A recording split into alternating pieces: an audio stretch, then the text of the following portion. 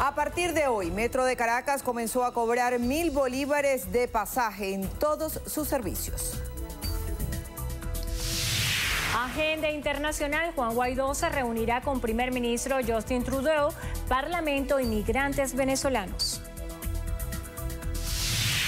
En alerta, activado sistema de vigilancia epidemiológica en puertos y aeropuertos del país como prevención ante el coronavirus chino. Tobos vacíos y oscuridad. 160 familias afectadas por falta de agua y electricidad en el centro de Caracas. Continúa propagándose, aumentó a 80 el número de muertos y a 2.744 los contagios por el brote del coronavirus chino. Responden al pedido. Ministros bolivianos comienzan a renunciar tras solicitud de presidente interina Yanine Áñez. Trágico desenlace. Kobe Bryant, su hija de 13 años y otras 7 personas perdieron la vida en accidente de helicóptero en California. Homenaje. Los premios Grammy recordaron la trayectoria de Kobe Bryant. And now take with me the memories to be my sunshine.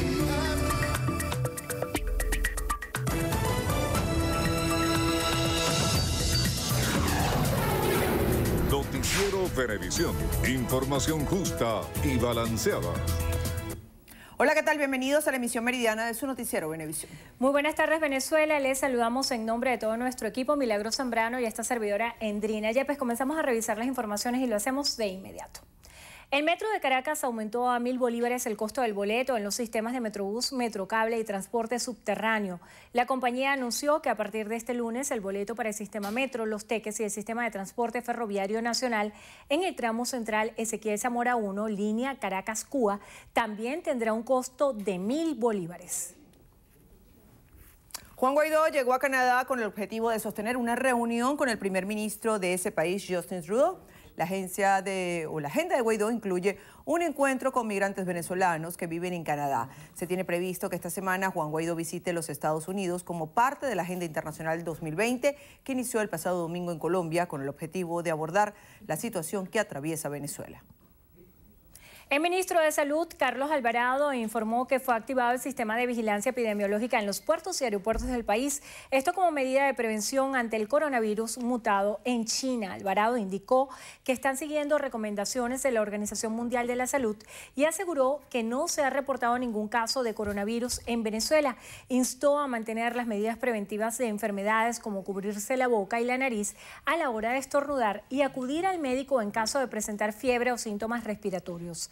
Alvarado pidió a la población venezolana no hacerse eco de falsas informaciones que recorren por redes sociales y mantenerse informados a través del Ministerio de Salud. 8 días sin servicio de agua ni electricidad tienen los habitantes de la esquina de Glorieta en el centro de Caracas. Euclides Sotillo tiene el reporte. Buenas tardes, Euclides. Hola, buenas tardes. 160 familias están afectadas por esta situación. Exigen que el transformador que se dañó sea reparado por las autoridades de la electricidad de Caracas. Y ya tenemos 8 días sin servicio, ya es demasiado lo que hemos esperado y todo, no sé, es una guachafa que vienen, que arreglan, que hacen. Entonces, supuestamente, lo que quieren es pedir es dinero, supuestamente dólares, para poder arreglar el servicio y hemos estado protestando para ver si nos puedan ayudar. No hay agua, no hay ascensor, tiene uno que subir a buscar agua y a subir todos esos escalones. Yo hoy estoy dando gritos porque ayer busqué toda el agua, pero no se puede. Uno tiene que limpiar los baños, uno tiene que hacer comida, tiene que hervir agua, lavar los corotos y entonces ¿cómo hace uno para llevar una bolsita, un tobito, otro tobito? No. En este edificio hay 160 familias, donde hay una gran cantidad de personas mayores y también personas enfermas. Estos vecinos denunciaron además que el servicio de ascensores en las residencias ha afectado a que personas mayores no puedan bajar los 18 pisos por la falta de la electricidad. En el centro de Caracas, Euclides Sotillo, Noticiero Venevisión. Gracias, Euclides. El ministro de Turismo y Comercio Exterior, Félix Plasencia, aseguró que inversionistas españoles afianzarán el crecimiento turístico de Venezuela. Durante la Feria Internacional de Turismo que se desarrolló en España, Plasencia detalló que sostuvo encuentros importantes con distintas empresas internacionales. Nosotros aquí tuvimos ruedas de negocio muy importantes. Primero, yo lo descarto porque la conectividad para el negocio del turismo, tanto como para el comercio, es fundamental. Con líneas aéreas que apuestan por Venezuela en crecimiento, Iberia, en Europa, Plus Ultra, Estelar, y con muchas otras que están interesadas en venir desde otros destinos distintos a España, que es un epicentro cierto, una ecuación triangular con Europa, África, el Medio Oriente y América, el Caribe y el Atlántico que los unifica. Plasencia destacó que Venezuela fue reconocida con orden del Camino de Santiago en turismo.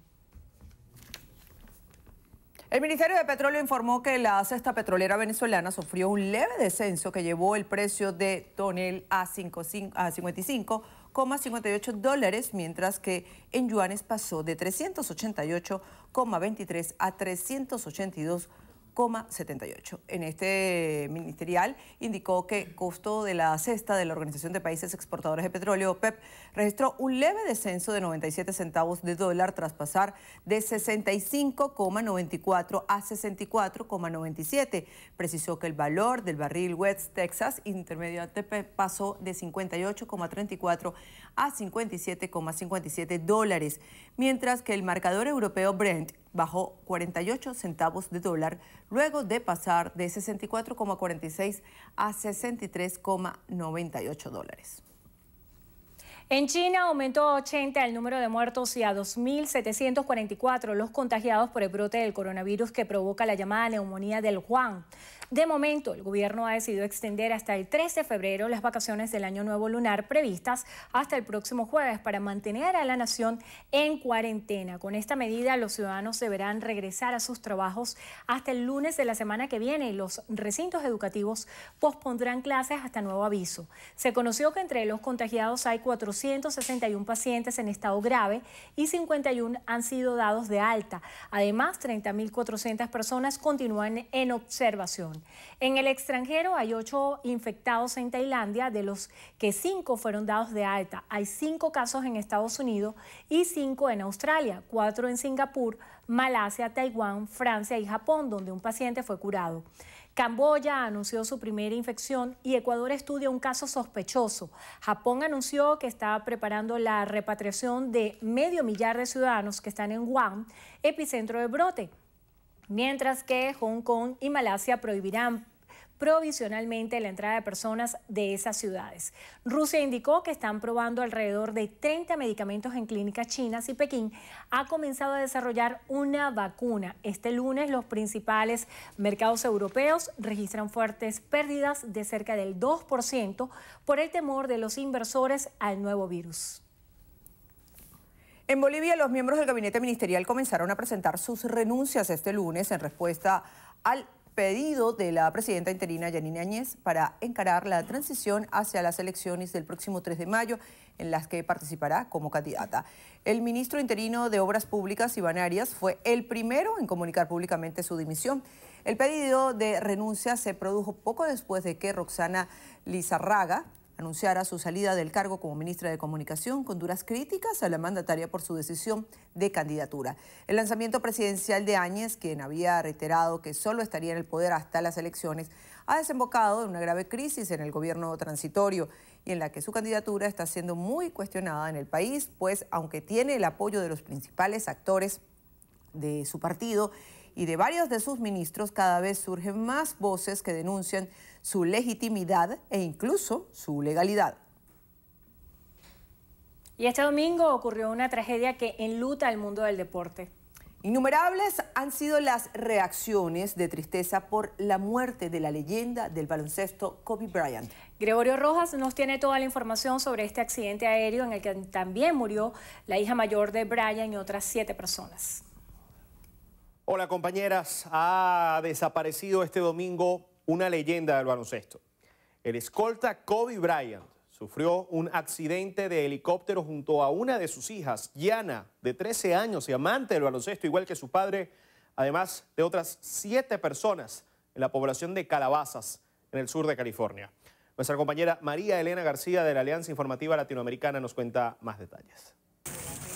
Tristeza y hasta cierta incredulidad es lo que se vive aquí en la zona de Calabazas.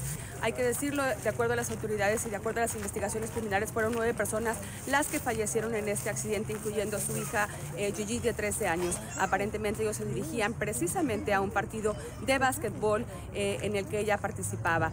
Aquí ya está la Agencia Nacional del Transporte, la que está encargada de la investigación, junto con el Departamento del Sheriff. La investigación prácticamente inicia, así que vamos a ir teniendo información conforme vayan pasando las horas, pero aquí ha llegado mucha gente hasta tratar de acercarse a este lugar donde sucedió el accidente para darle la despedida a este hombre que pues ciertamente cambió el deporte del básquetbol, ya que siempre se preocupó precisamente porque los grupos menos privilegiados, las nuevas generaciones, supieran todas las ventajas que podían tener, incluso él habiéndose retirado de la NBA. Ese es el reporte que tenemos desde Calabazas. Yo soy Mariana García Villalobos para la Alianza Informativa Latinoamericana. Bueno, de verdad que muy conmovedor, todo el mundo está conmocionado con esta noticia que nos recuerda lo vulnerables que somos todos. Así es, una leyenda del baloncesto que hoy todo el mundo ha estado pendiente y triste con esa lamentable noticia del fallecimiento de él y su hija y otras 5 personas que iban en esa aeronave. Con esta información hacemos una breve pausa. Enseguida volvemos con más información, no se aparten.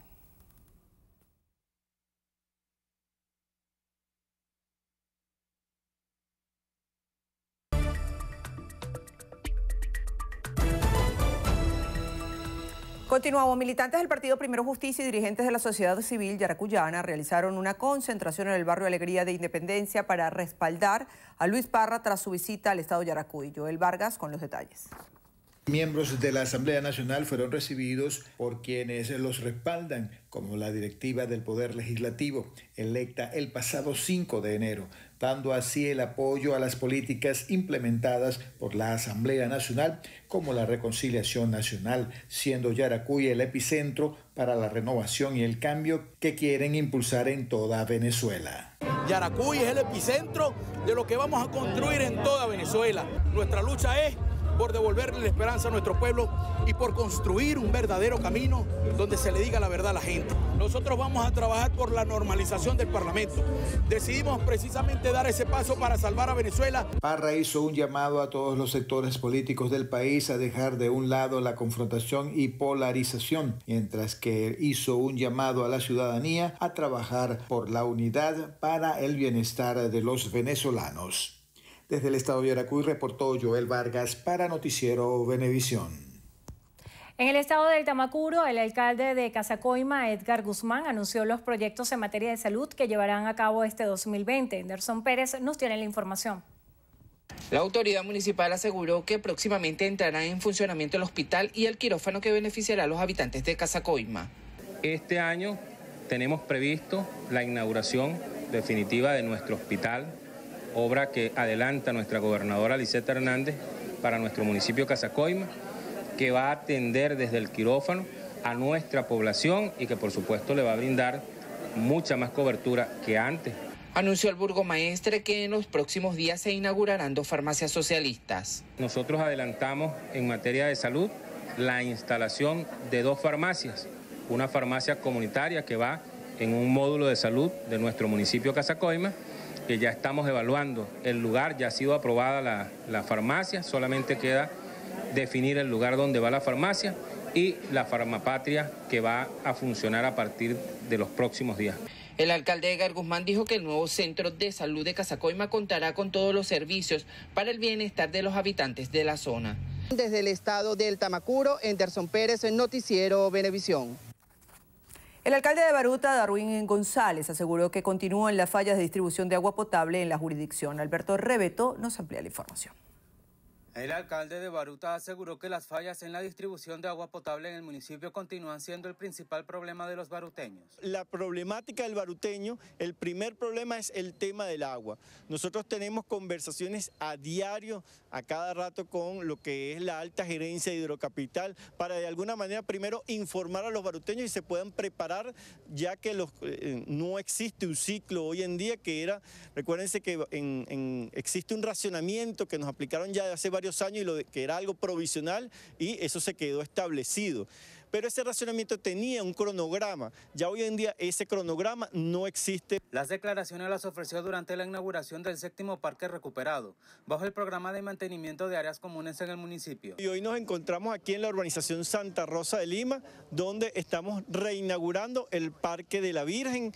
Es el sexto y séptimo que estamos recuperando, porque en este caso se trata tanto de un parque infantil como de una cancha de usos múltiples. Este es un programa que empezamos a finales del mes de diciembre y hemos cumplido a cabalidad lo que nosotros prometimos, que un parque semanal mínimo. Finalmente anunció que durante la primera semana de febrero esperan culminar los trabajos para poner en funcionamiento el primer pozo de aguas profundas, con el que buscan dar soluciones a la escasez de agua en Baruta. De Altos Visión para Venevisión, Alberto Rebeto, Noticiero Venevisión. El fiscal general de la República, Tarek William Saab, informó que en los últimos años al menos unas 1.340 personas han sido aprehendidas por denuncias de abuso sexual a menores de edad. Han ingresado a nuestros despachos fiscales 8.966 casos por los delitos de abuso sexual contra niños, niñas y adolescentes. Se han solicitado 837 órdenes de aprehensión y se han imputado a 4.335 personas.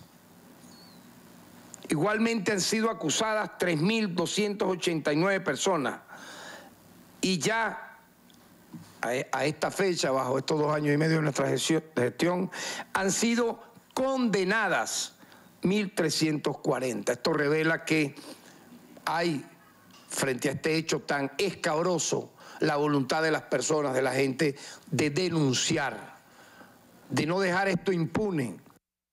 Saab hizo un llamado a seguir denunciando ante las autoridades competentes para que estos delitos no continúen cometiéndose o queden impunes.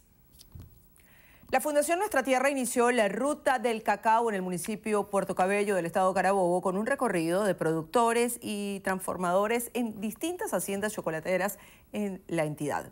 Leudis González, presidenta de la Fundación Nuestra Tierra, aseveró que con esta actividad han podido realizar el cacao que se produce en el estado Carabobo. Hemos visitado los pueblos de San Esteban, Guayguasa y Patanemos, conociendo los mejores cacaos de este estado maravilloso, su gente espectacular, una gastronomía maravillosa y especialmente hemos encontrado excelentes emprendimientos en materia de cacao y chocolate. Esperamos que Carabobo participe en la Expoferia Internacional del Cacao 2020, mostrándole al mundo todo su potencial cacaotero y chocolatero. Por su parte, productores aseguran que es importante aprovechar cada uno de los recursos que ofrece la naturaleza. Nosotros mismos tenemos que darnos la oportunidad como personas, como seres humanos, como productores, como la situación del país que estamos viviendo hoy en día. Tenemos que aprovechar los recursos que nos brinda la naturaleza, la madre tierra, y de ella compartir y protegerla y cuidarla. Que no solamente llevamos el cacao en la mente. Amigos, momento de hacer una nueva pausa. Al regreso, inolvidable, se cumplen 75 años del fin del símbolo del Holocausto nazi. Los detalles en tan solo minutos, ya venimos.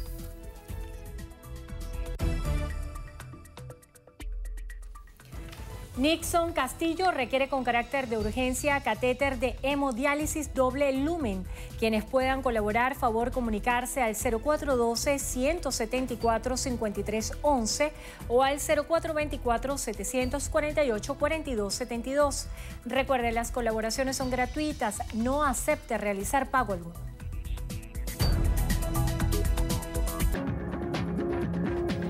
Iniciamos nuestro recorrido por lo que pasa en el mundo, Milagros. Así es, porque este lunes se conmemoran 75 años de la liberación del campo de concentración de Auschwitz, el mayor centro de exterminio creado por los nazis durante la Segunda Guerra Mundial. Delegaciones de cerca de 50 países y unos 2.000 supervivientes del Holocausto rendirán homenaje a los más de 1.1 millones de víctimas, principalmente judíos. Al menos 200 exprisioneros se reunieron hoy en el campo de exterminio localizado en Polonia para colocar ofrendas en recuerdo a las víctimas y compartir sus testimonios en medio de una creciente preocupación por el aumento del antisemitismo. El 27 de enero de 1945, más de 7.000 personas fueron liberadas luego de que una unidad del ejército soviético entrara en este campo.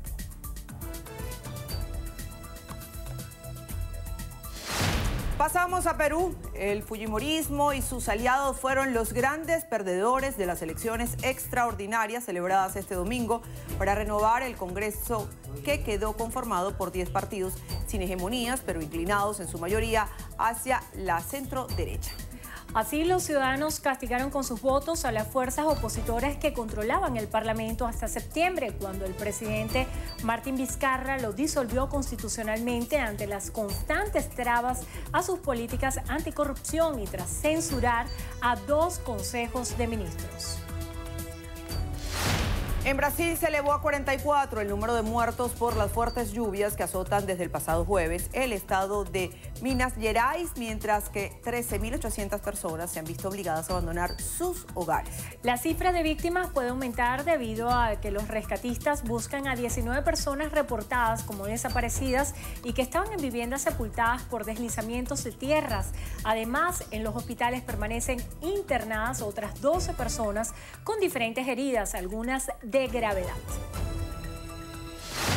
En Turquía continúan las labores de rescate para salvar a 2 personas atrapadas bajo los escombros tras el terremoto de magnitud 6,8 que azotó ese país el pasado viernes y que ha causado 39 muertos. Unas 45 personas ya fueron rescatadas con vida tras el sismo y las últimas tareas de socorro se concentran en una vivienda en la zona periférica de la ciudad de El Sahrik, al sureste de Anatolia.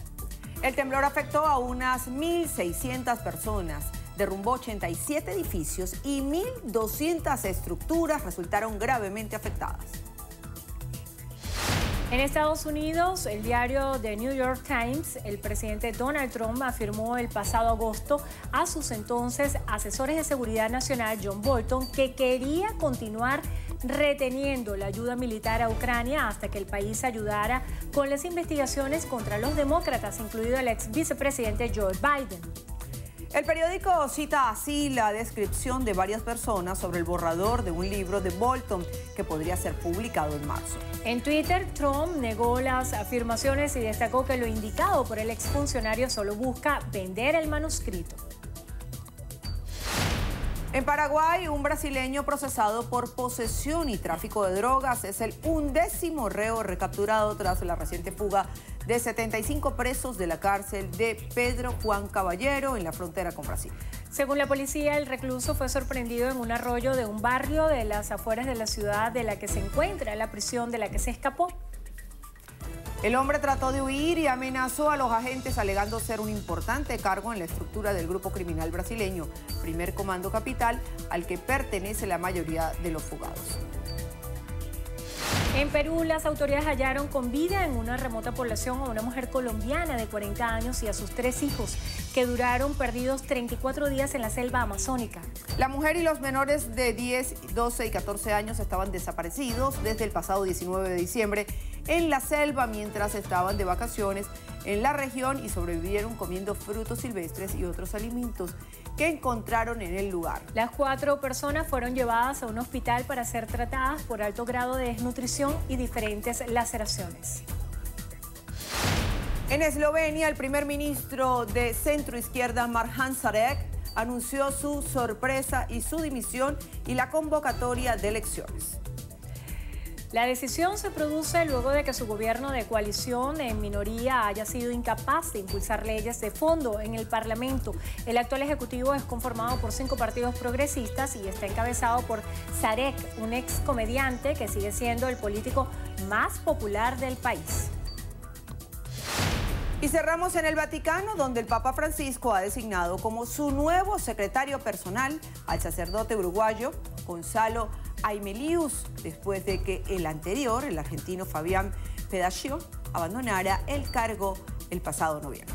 Desde la escuela secundaria, el religioso dedicó su labor a los niños pobres y abandonó su país natal y posteriormente fue director de un centro educativo para jóvenes de hogares humildes en Montevideo.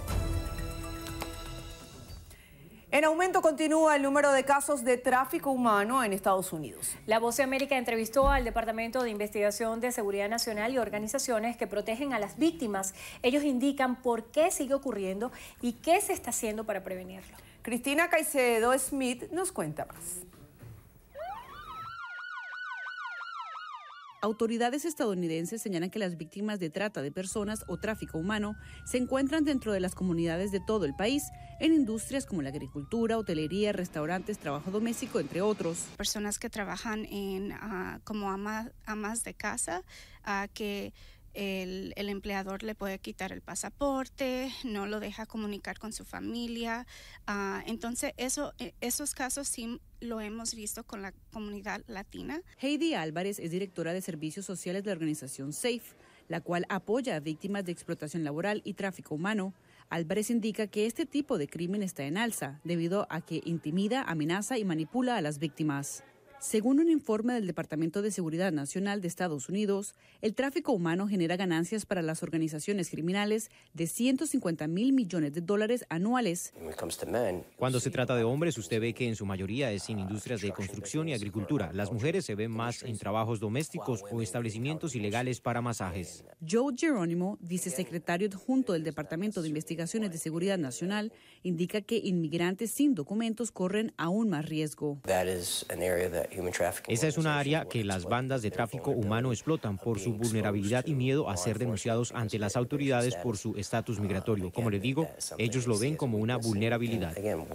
Parte de la iniciativa de las autoridades locales, estatales y federales es llevar a cabo una campaña para prevenir el aumento de este tipo de crimen que victimiza, en su mayoría, a mujeres hispanas. A nivel nacional, diferentes condados del país proclamaron enero como el mes de concientización y prevención de la trata de personas. En el condado de Montgomery, el cual tiene una alta tasa de población hispana procedente de Centroamérica, legisladores indican que es de suma importancia. Sabemos que hay muchas, sobre todo jóvenes, con promesas, por ejemplo, de a veces visas de trabajo o de repente trabajo que va a estar muy bien remunerado, pero nunca obviamente se explica lo que está pasando. Desde trabajo forzado, tráfico sexual hasta la explotación de trabajadores domésticos, las autoridades en Estados Unidos colaboran a nivel local, nacional y federal para llevar a los criminales ante la justicia. Advierten que el uso de las redes sociales por parte de estas bandas criminales es popular e indican que es una herramienta muy utilizada para promover trabajos inexistentes y para que las víctimas caigan en la trampa. Cristina Caicedo Smith, Voz de América, Washington. Momento de hacer una breve pausa. Al regreso, Hollywood despide a Black Mamba. Las celebridades le dicen adiós a la leyenda de los Lakers. Los detalles en Estrenos y Estrellas con Nieves Soteldo. Ya venimos.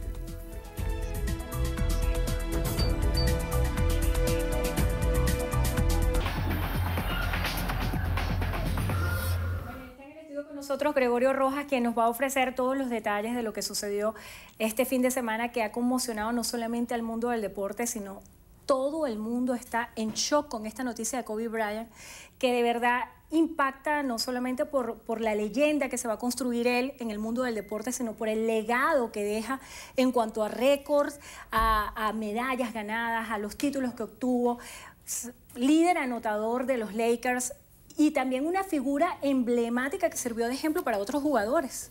Quienes conocían o no conocían personalmente al jugador sentían ayer un vacío y expresaban sus condolencias a la familia y a todas aquellas personas que compartieron con él durante 20 años en los Lakers. Un don de gente que tenía Kobe Bryant que lo hizo trascender las barreras del baloncesto. Para una generación entera, para el que representó Michael Jordan, los que crecieron viendo baloncesto en los 80 y en los 90, lo mismo fue Kobe Bryant en los primeros 15 años de este siglo y hasta el pasado sábado. Kobe Bryant fue el tercer mejor anotador en la historia de la NBA con 33.643 puntos. El nativo de Filadelfia, Pensilvania, fue seleccionado en la posición 13 del draft de 1996 por los Hornets de Charlotte, quienes luego lo cambiaron por Vlade Divac a los Lakers de Los Ángeles, donde jugó durante los 20 años de su carrera. Ahí formó una de las duplas más letales de finales de siglo junto a Shaquille O'Neal, logrando 3 de sus 5 anillos de campeón.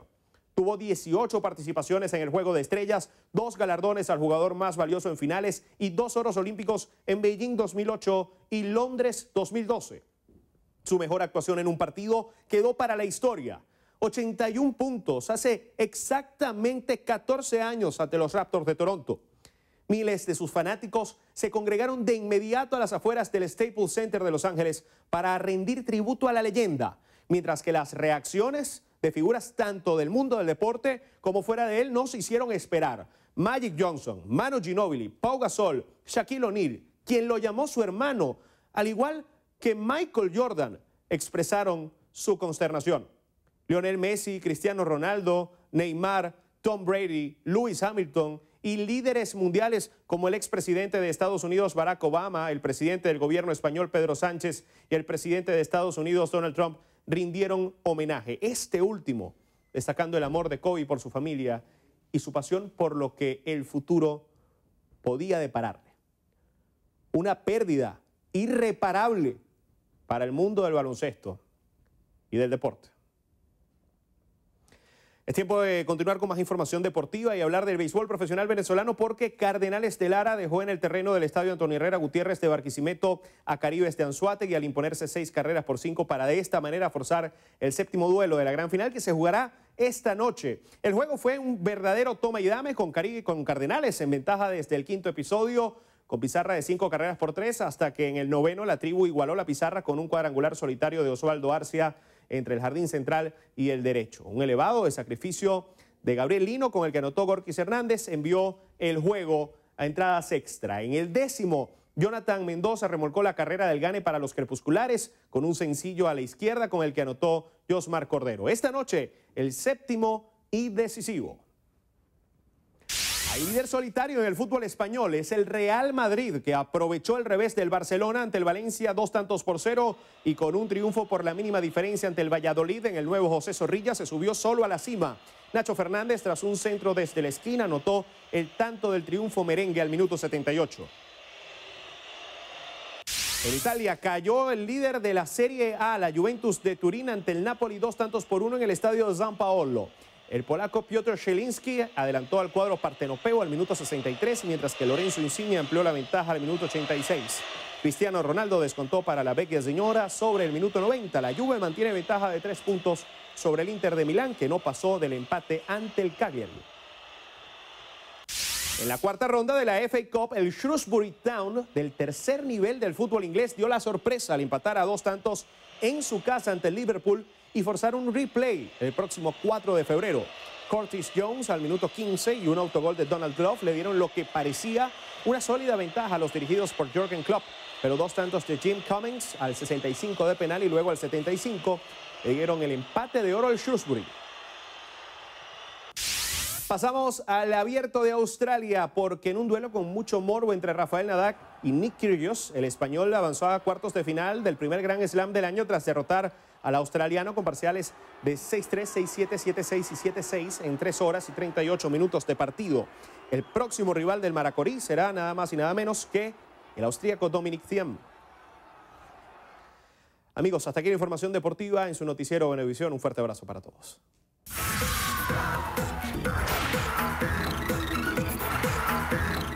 La noche de los Grammy estuvo llena de dolor por la pérdida de la leyenda Kobe Bryant. En el Staples Center de Los Ángeles se rindió un sentido homenaje a su vida y lo que construyó en ese mismo escenario. La repentina muerte de la estrella deportiva cayó sobre la celebración de la industria de la música. Bryant no solo triunfó en las canchas de baloncesto como figura de los Lakers, sino que también llegó a ganar un Oscar como mejor corto animado por Dear Basketball en 2018. En la primera actuación de la noche, Lizzo gritó: "Esta noche es para Kobe", Después, Alicia Keys subió al escenario y dijo: para ser honestos, todos sentimos una tristeza enorme. Esta mañana, Los Ángeles, América y todo el mundo han perdido un héroe. Esta noche estamos sobre la casa que construyó Kobe Bryant. Después cantó It's So Hard to Say Goodbye junto a Boyz II Men en honor a Bryant y su hija Gianna, de 13 años, fallecida con él en el accidente. Estrellas de Hollywood y famosos del mundo del espectáculo lloran la muerte de Kobe Bryant. Los famosos dieron su último adiós en las redes sociales a Kobe. La presentadora Ellen DeGeneres escribió que, como todos, estaba aturdida y entristecida con el corazón roto por su esposa y familia. El actor Leonardo DiCaprio señaló que Kobe era realmente más grande que la vida. Era una leyenda. Taylor Swift escribió que su corazón estaba hecho pedazos con esta tragedia, como Anthony Hopkins, quien envió sus condolencias a su familia, mientras que John Legend reflexionó sobre la vida muy sorprendido y afectado. Justin Bieber se pronunció diciendo: no puede ser cierto, siempre me animaste, Mamba. Me diste algunas de las mejores citas sobre las que sonreiremos hasta el día de hoy. Y la socialite Kim Kardashian, conmovida, escribió junto a una imagen de Bryant con su hija que ninguna familia en el mundo debería pasar por algo así. Sin duda, una lamentable pérdida para el mundo. Billie Eilish hizo historia en los Grammy al coronarse como la artista con mayor impacto en la industria. Junto a su hermano Phineas, también se llevó el premio a Mejor Nuevo Artista de la Industria de la Música en Estados Unidos.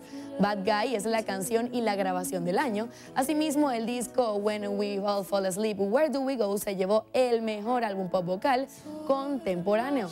Antes de ganar en todas estas categorías, Eilish ya había hecho historia al ser la persona más joven nominada en los 4 premios principales de los Grammy.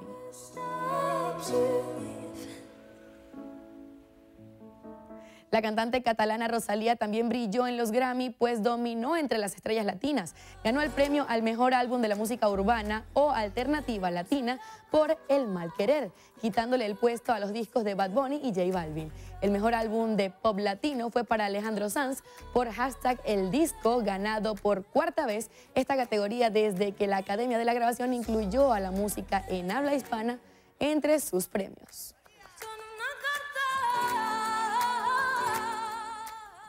Y Venezuela también estuvo presente en esta edición de los premios Grammy. El director de orquesta Gustavo Dudamel obtuvo otro Grammy a la mejor interpretación orquestal por Norman Sustein con la Filarmónica de Los Ángeles. Este sería su segundo gramófono en la misma categoría. También celebramos un nuevo reconocimiento para el percusionista Luisito Quintero y su trabajo con el maestro Chick Corea y la Spanish Heart Band. El público en su Instagram unas imágenes y también de la noche dedicó el premio a Venezuela.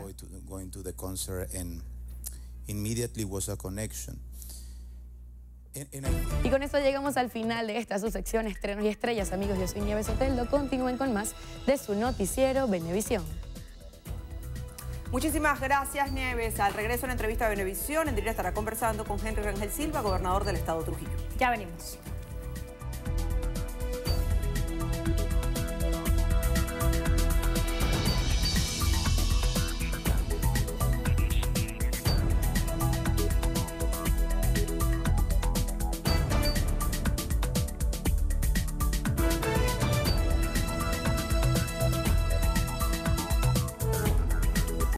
Entrevista Venevisión, líder en opinión, por tu canal independiente, Venevisión. Gracias, como siempre, por acompañarnos en Entrevista Venevisión. Ya estamos listos para iniciar nuestra conversación con el invitado del día de hoy, el Henry Rangel Silva, gobernador del estado Trujillo.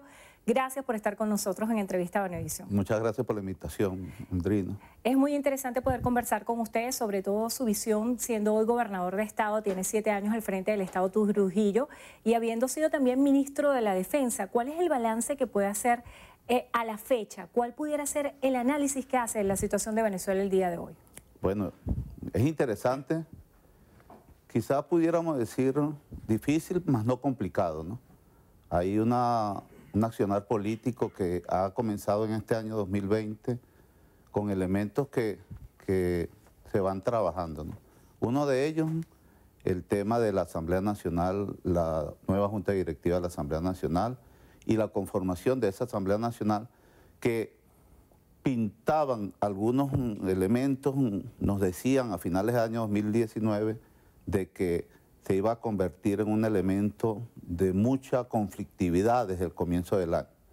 Este movimiento que hubo ahí con la nueva Junta Directiva pues ha aplacado las aguas en ese sentido. Sin embargo, bueno, hay otras acciones por parte de la oposición que buscan, como siempre, movimientos y alianzas internacionales para seguir con esa pésima práctica que afecta a toda la población, que es buscar sanciones hacia los venezolanos, hacia los organismos venezolanos, y que se ha visto, se ha demostrado que en nada contribuye a que el pueblo tenga una mejor calidad de vida y que en nada tampoco les ha ayudado a decir que hubo un cambio de gobierno, porque el presidente Nicolás Maduro ha sabido llevar la situación afortunadamente, ha sabido mover las piezas, ha interactuado de manera correcta como jefe de Estado con otros jefes de Estado y de gobierno y ha mantenido la paz en el país. Gobernador, el escenario económico, ¿cómo lo vislumbra? Porque se habla muchísimo acerca de no solamente la crisis política que se vive en Venezuela, sino la social y la económica. ¿Piensa usted que tenga solución a corto o mediano plazo? Bueno, ahí hay señales que hablan que ya nosotros 2020 podemos empezar a superar algunas dificultades macroeconómicas que hemos tenido. Eso es fundamental, ¿no? Y sobre todo que nosotros tenemos que convencernos de que todos los venezolanos tenemos la capacidad de incidir en algo en el escenario económico cuando de verdad reactivamos el aparato productivo nacional. Ahí igual toda la planificación del presidente, de sus ministros, de sus vicepresidencias, en alianzas con China, con Rusia, con la India, con Turquía, que pudieran traer nuevas inversiones que son necesarias. Pero también recientemente se ha dado algo importante, que ya el gobierno de Estados Unidos empieza a levantar sanciones a algunas empresas transnacionales que tienen que ver con el petróleo para que puedan operar en Venezuela. Esa es una muy buena señal que nos habla de que pueden fomentarse inversiones internacionales en nuestro país que ayuden a que esa economía, esa macroeconomía, estabilice un poco, que se detenga el decrecimiento y que también se detenga el ritmo de la inflación que llevamos. El 2020 es un año electoral. ¿Piensa usted que sobre la balanza, qué está puesto en estas elecciones parlamentarias? Bueno, hay un primer elemento ahí, que es la selección, como se acordó en la Mesa de Diálogo Nacional, de una junta directiva del Consejo Nacional Electoral que sea aceptada por todos los venezolanos. Indudablemente que es un elemento que debe cumplirse y que puede traer o no la tranquilidad en el proceso electoral. Sabemos y estamos conscientes, quienes militamos en las filas del Partido Socialista Unido de Venezuela, que esa ala radical de la ultraderecha no aceptará ningún tipo de personas en ese Consejo Nacional Electoral, porque siempre están apostando al caos, por supuesto. Entonces hay un elemento que creo que es fundamental y que se está trabajando de manera consciente, y el presidente recientemente también ha llamado hasta Naciones Unidas para que sea garante y participe en el proceso de las elecciones. Hay que seguir con la continuidad de la democracia en nuestro país y la práctica de los procesos electorales, cuando están previstos de acuerdo a la ley, deben darse, porque son elementos fundamentales que nos llevan a mantener, bueno, la paz en el país. Gobernador, ahora hablando de su gestión, plantea 5 líneas estratégicas para el Estado Trujillo y plantea que el Estado Trujillo va a ser un Estado potencia. ¿Sobre qué se fundamentan estas 5 líneas? Y quiero que le hable un poco a nuestra audiencia acerca de ese plan. Sí, en verdad, tenemos unos elementos que es necesario resaltar, que yo normalmente a comienzos de año yo hago la presentación al gobierno regional de en qué áreas debemos concretar más la acción ese año, ser más incisivos, tener mayor cantidad de recursos destinados para ellos. Este año tenemos 5 líneas de acción concretas. Una, incrementar la producción de bienes y de servicios, fundamental. Si estamos hablando de que vamos a buscar una mejora económica, tenemos que incrementar la producción de bienes y servicios. 2, mejorar el sistema vial del Estado, vías principales, vías secundarias, vías agrícolas, que es necesario mantener buen estado para el desarrollo económico, por supuesto. Tres, hacer un trabajo sobre lo que es la pobreza extrema. Ir más allá de lo que hemos ido, ir más allá de ser asistencialistas en tratar de creer que llevándole algo puntual a una familia que tiene condiciones difíciles para vivir, le vamos a solucionar eso, entonces ir más allá de eso. Otro elemento es mejorar igual la seguridad, aunque Trujillo no está dentro de los estados más inseguros, sin embargo la seguridad... ¿En qué posición se ubica Trujillo en cuanto normalmente a seguridad? 15 o 16 en cuanto a inseguridad. Pero ir más allá porque si vamos a hacer inversiones internacionales que estamos llamando, que están llegando al Estado, entonces uno de los requisitos es tener mejores índices de seguridad para esa inversión productiva. El tema de los servicios, gobernador, ¿cómo se sale adelante y cómo se activa el sector productivo cuando, por ejemplo, hay debilidades en el tema de agua, electricidad, suministro de combustible? ¿Cómo se buscan alianzas o cómo se puede solucionar este tema en lo local? Bueno, lo local lo hemos practicado y hemos logrado unos buenos resultados. Quizás nos falten algunas áreas, que es no dejar solas a las empresas que nacionalmente tienen que ver con los servicios públicos.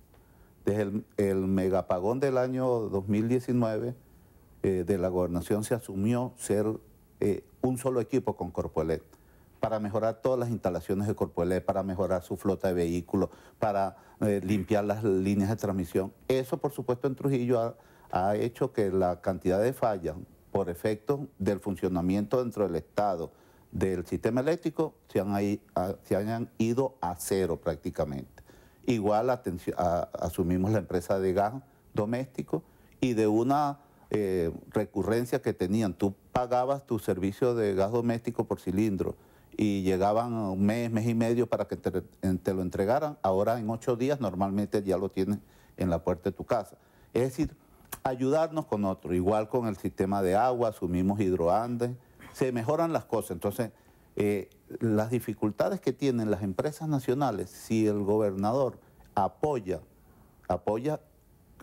no solamente con el recurso financiero, sino que hace la cogestión con ellos y lo ayuda, verifica, se mejoran los servicios públicos. Y por supuesto que tenemos grandes problemas de servicios públicos de agua, pero crecen, bajan, suben, bajan, porque tienen muchos factores que lo influyen. Entonces el tema de los servicios públicos es un tema que nos está ocupando, que aceptamos las críticas, pero que también no dejamos de incluir en ello.